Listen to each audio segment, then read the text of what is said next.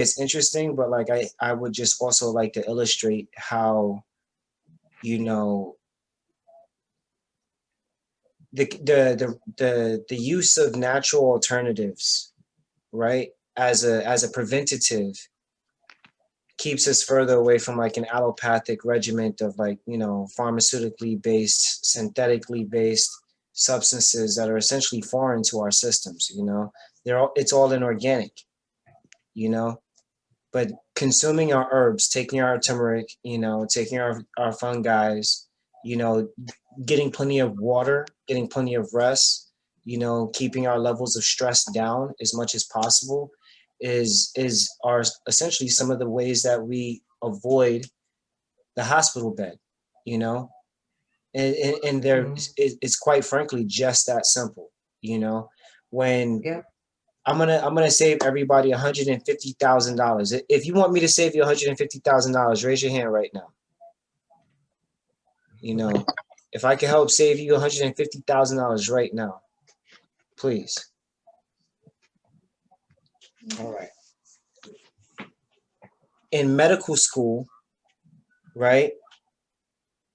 One of the courses of discussion is behavioral medicine, and it's in behavioral medicine that many medical students, nurses, doctors, physicians of the sort, you know, health and wellness professionals of the sort, all come to find out that the majority of diseases are lifestyle based diseases and essentially can be treated, managed, or placed into remission by adjusting and correcting the lifestyle. All right. Now, tonight's topic, something I'm going to talk about tonight is, and I'm entering into the group chat, is this topic I'm calling disciplining disappointment in health. All right.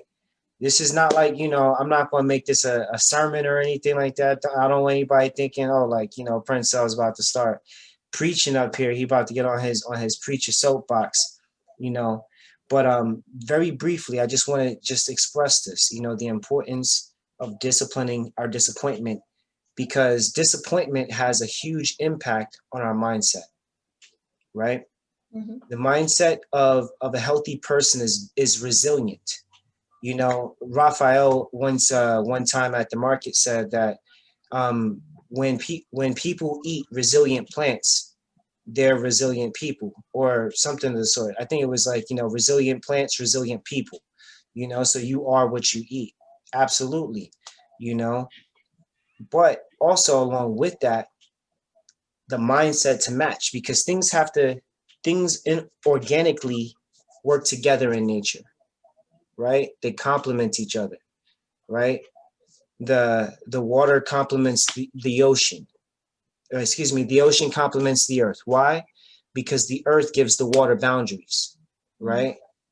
The trees complement the earth. Why? Because the roots of the tree hold the earth in place, right?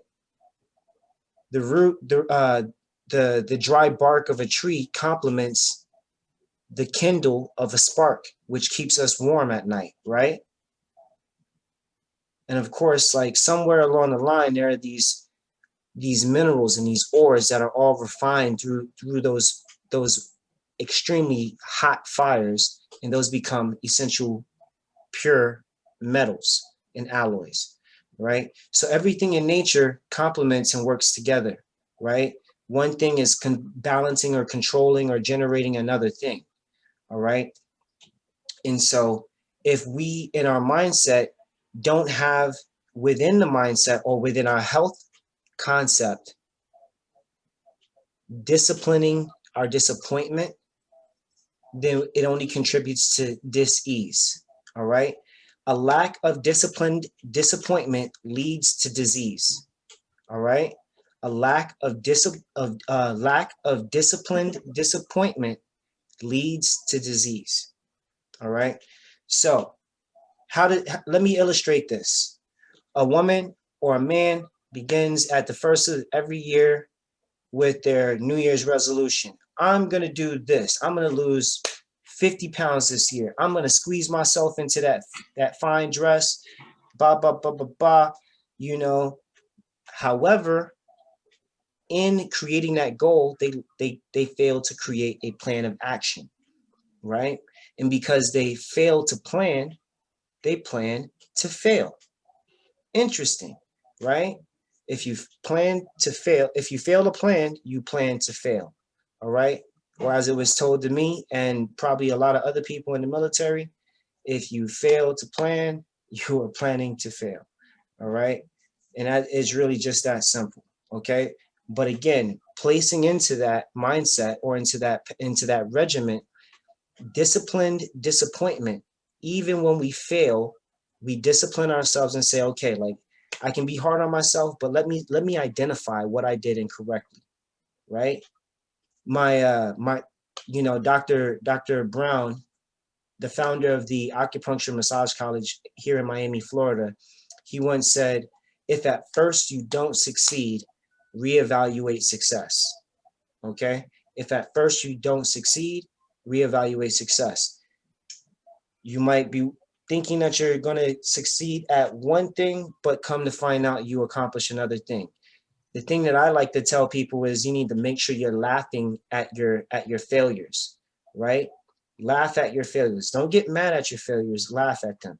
It's easier to deal with certain things in disappointment and humor than it is to deal with them in seriousness. All right. So take it with, the medicine of humor.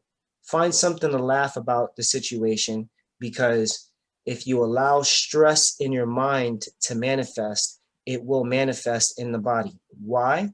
Because the mind is still connected to the body. Some people like to say we're not this body. I beg to disagree.